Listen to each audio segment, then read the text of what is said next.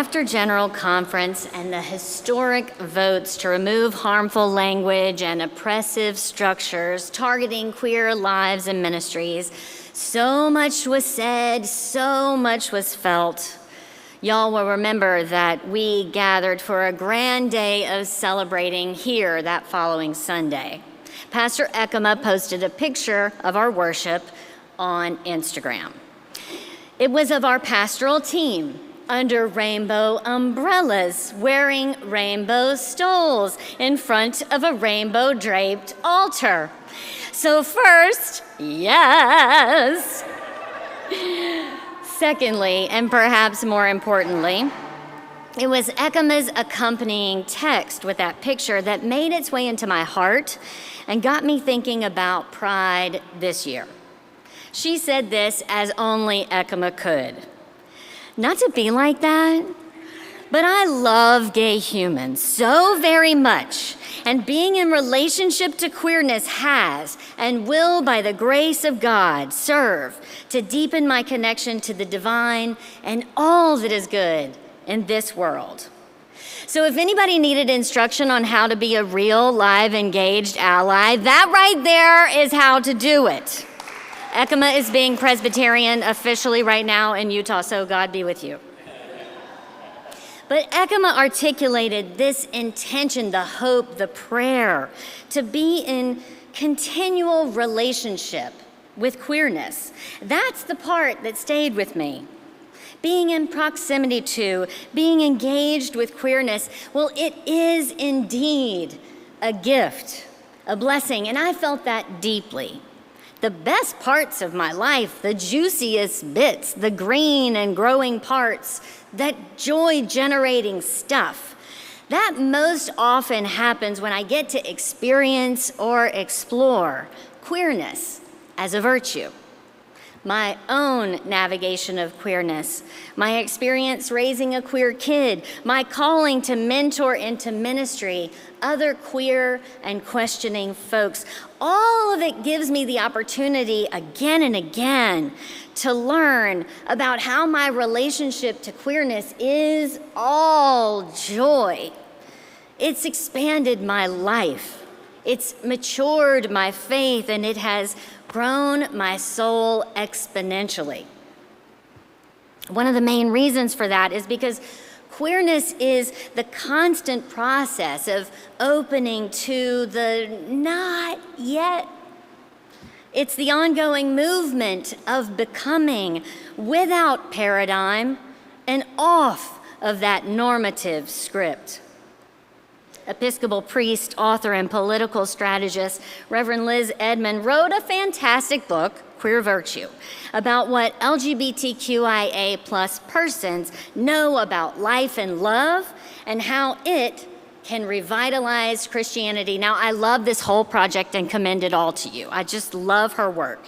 She writes this: queer experience cannot be systematized. There's something about the image of a path that illuminates the relationship between these various experiences that LGBTQ people encounter. But that image is defiantly not rigid. There's nothing step by step about it. In fact, it is the nature of queerness to resist being neatly ordered.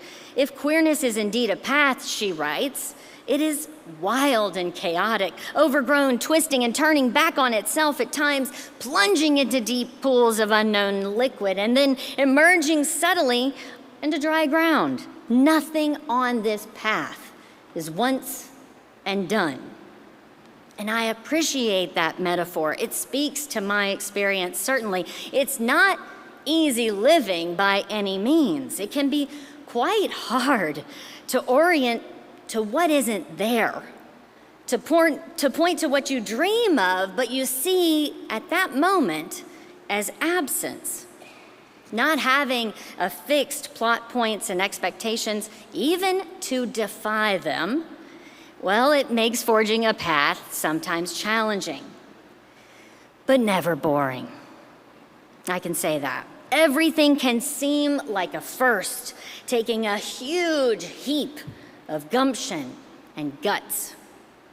When I was growing up, I didn't have within my sights a queer out clergy person that could serve as an example for me that I could point to and look at and maybe even pattern myself on. Even in 2013, when I declared my candidacy in the UMC, there was only one other out married queer person serving a parish in the New York Annual Conference, and she was under ecclesiastical punishment. It wasn't going well. Still, there was this bit of me, that part that could not help engage queerness, that would not be quiet. It would not settle. It wouldn't stop on anything less than going for it, trying. Every well-meaning mentor I had encouraged me but couldn't offer assurance. Of course they couldn't. Who could predict when the targeted campaign to crush the lives and ministries of queer persons would cease? Who could say how long or what it would take for the day to come when the votes would go our way and a new day might begin? Even after a 52-year fight for inclusion, a hostile takeover of the denomination, an exodus of hurt and harmed persons, and a torturous disaffiliation season. If I hadn't sat there in North Carolina at General Conference, I would have had a hard time saying that it would happen. But it did.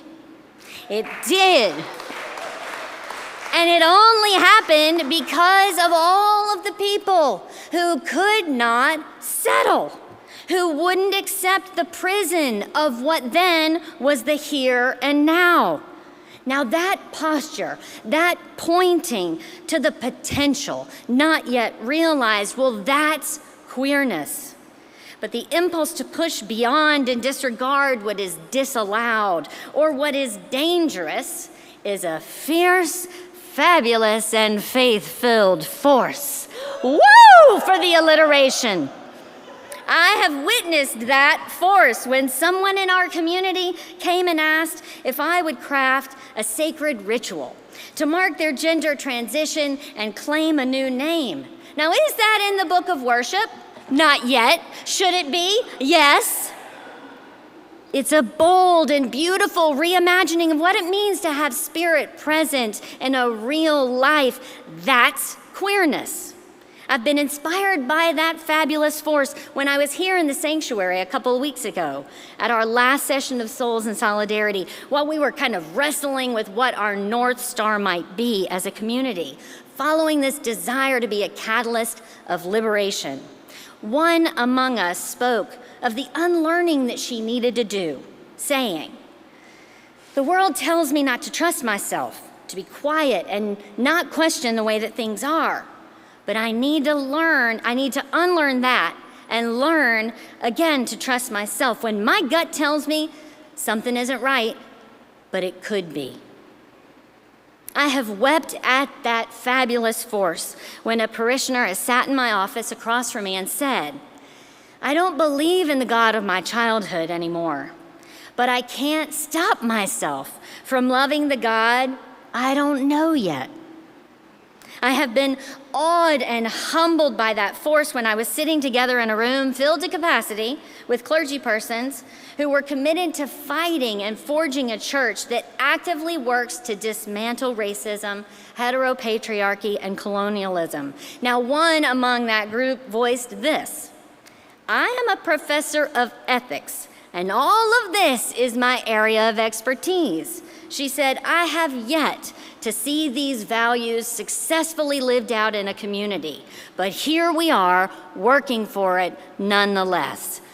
Queerness. It's when yearning meets what the hell? It's when longing gets tired of waiting. It's when we jump with no ability to see where and how we might land. Jose Muniz, in his seminal work, Cruising Queerness, lists up this understanding of queerness as the force of radical attempt. He writes, "Queerness is not yet here. Queerness is an ideality. Put another way, we are not yet queer.